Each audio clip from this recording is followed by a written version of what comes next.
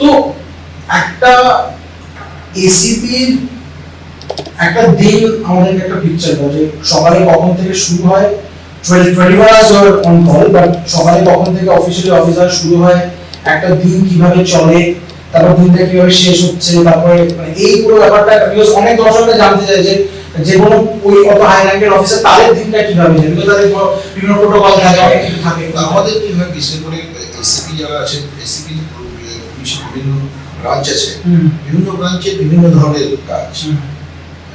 যদি তুমি স্পেশাল ব্রাঞ্চে থাকো তাহলে তোমার এক ধরনের বিহেভিয়ার প্রোটেকশন থেকে শুরু করে একটা কাজ থাকে, ডে টু ডে ওয়ার্ক তার থাকে, খবর নেওয়া থাকে, মিছিল মিটিং এর খবর নেওয়া থাকে।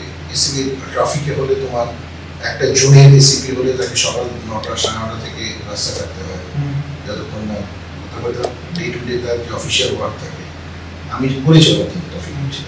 তো আমি এখন যে পোস্টে আছি এটা এসিপি হেডকোয়ার্টার, এটা বেসিক্যালি হচ্ছে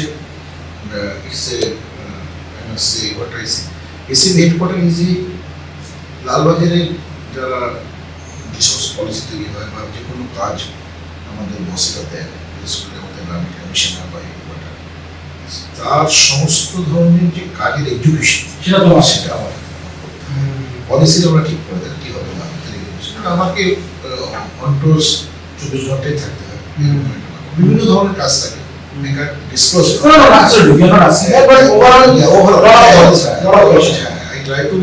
আমি 7টা 7:30 মধ্যে উঠে চেষ্টা করি দেখে যাওয়ার, বহুদিন অভ্যেস, চেষ্টা করি দেখে গিয়ে তারপরে ফিরে এসে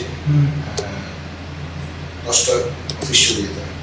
9টা 9:30 লাগে, 8:30 লাগে, তারপরে ছাড়ে যায়। সেইটা আমাদের সমস্ত কাজগুলো থাকে, বিভিন্ন ধরনের কাজ সেগুলো করতে হয়। তারপরে ধরো সেগুলোতে লাঞ্চ পিরিয়ড বলে কিছু থাকে না, তার মধ্যে কিছু একটু খেয়ে নিয়ে। আর এই যে ধরো তুমি 20-21 বছর বয়সে চাকরিতে জয়েন করেছো, তারপরে এত বছর তুমি একটা পোস্টে যাচ্ছ, ম্যাক্সিমাম হোপফুলি ডিসিএম এর, তো এই যে পুরো জার্নিটা, এই জার্নিটাতে তো আপস ডাউন অনেক কিছু এসেছে, ঝামেলা।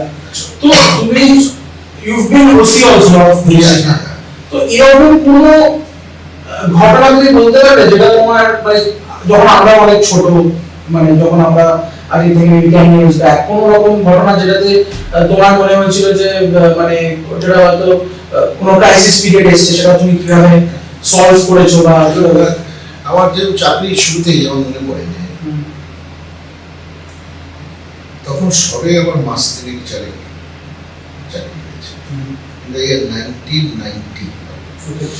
তো ওই তখন আমার পোস্টার ছিল ওয়্যারলেস।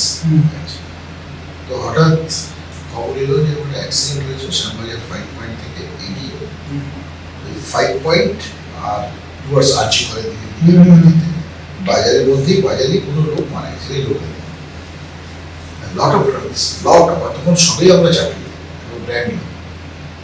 আমি দেখলাম প্রচুর লোকজন গাড়িতে আগুন টাগুন দিয়ে দিচ্ছে। তখন ওয়্যারলেস প্রথমে রিচ করতে হতো, 5-7 মিনিটের মধ্যে রিচ করলাম। তো এখন আমার মনে আছে, হয়তো এখন অনেক বার্তা ছিল। তো আমাদের নিয়ম হচ্ছে tackle any situation during accident, first and foremost কাজ হচ্ছে রিমুভ দি বডি।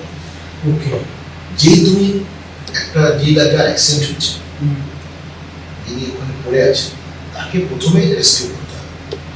যদি রেস্কিউ করে তাকে ওখান থেকে সরিয়ে দেওয়া যায়, হসপিটালে নিয়ে, তাহলে কিন্তু তোমার 50 থেকে 60% ঝামেলা স্টপ হয়ে যাবে। কারণ যে মুহূর্তে তোমার ওইখানে একজন কেউ পড়ে আছে, ব্লাড বেরোচ্ছে, সেটা মানুষের মধ্যে অনেক বেশি। তো সেটা আমার এখনো মনে আছে, লট অফ ইস্যুস। তখন আমার সঙ্গে বেশ কয়েকটি ভালো কষ্ট হয়েছে, তারা বললো না স্যার আমরা ঘেরা হয়ে গেছি। জীবনে প্রথম আমি gas fire, tear gas fire করার পর ওই যে কিছুটা লোক ডিসপার্স হলো, তার মধ্যেই আমি ওই ভদ্র যিনি পড়েছিলেন তাকে তুলে নিয়ে গিয়ে আর্জি করে নিয়ে গেলাম।